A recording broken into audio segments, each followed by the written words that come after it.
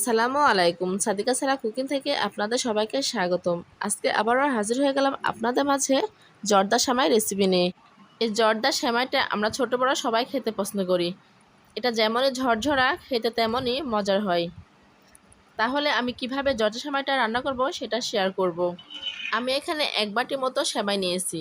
এটা কোনো প্যাকেটের সেমাই না। আমি এটা বাসায় বানানো সেমাইটাই ব্যবহার করলাম। আমি এই বাসায় বানানো সেমাইটাই দিয়েই জর্দা সেমাইটা রান্না করব। বাসায় বানানো সেমাইটা অনেকটাই হেলদি।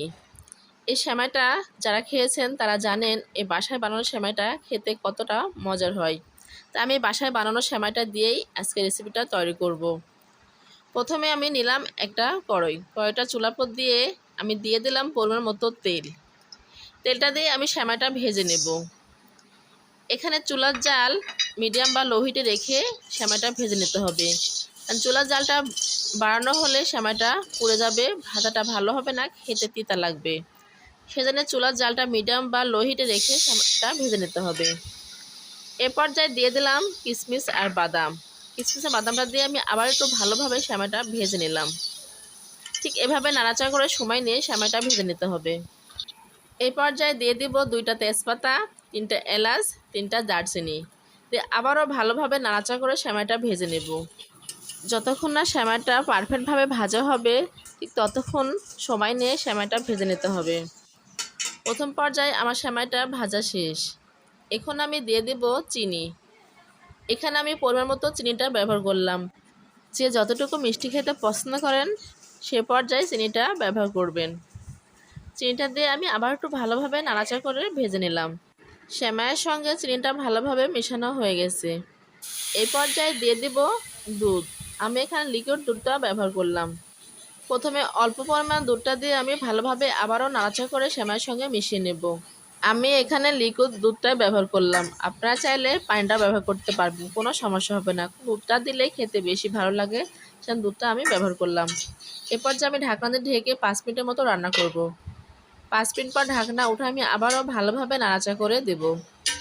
ঠিক এভাবে কিছুক্ষণ আমি নাড়াচাড়া করে সেমাইটা রান্না করে নেব। এ পর্যায়ে দিয়ে দিলাম নারকেল। নারকেলটা দিয়ে ভালোভাবে আবারও নাড়াচাড়া করে সেমাইটা রান্না করে নেব। জর্দা সেমাইয়ে নারকেলটা ব্যবহার করলে খেতে বেশি ভালো লাগে। এই পর্যায়ে চুলার জাল একদম লো হিটে রেখে রান্নাটা করতে হবে। আমি এভাবে 2 মিনিটের মতো নাড়াচাড়া করে সেমাইটা রান্না করলাম। এই পর্যায়ে রান্নাটা শেষ। এবারে আমি ঢাকনা দিয়ে ঢেকে 5 মিনিটের মতো রেখে দেব। 5 মিনিট পর আমি ঢাকনা উঠায় আবারও নাড়াচাড়া করে সেমাইটা আমি ঝরঝরা করে নেব। এখানে আমি কাঁটা চামচটা ব্যবহার করলাম। 2টা কাঁটা চামচের সাহায্যে আমি সেমাইটা ঝরঝরা করে নিলাম। আমার জর্দা সেমাই রান্নাটা কমপ্লিট। আমি এভাবে জর্দা সেমাইটা রান্না করলাম। আমি মনে করি আমার এই জর্দা সেমাই রেসিপিটা আপনাদের সবার কাছে ভালো লাগবে।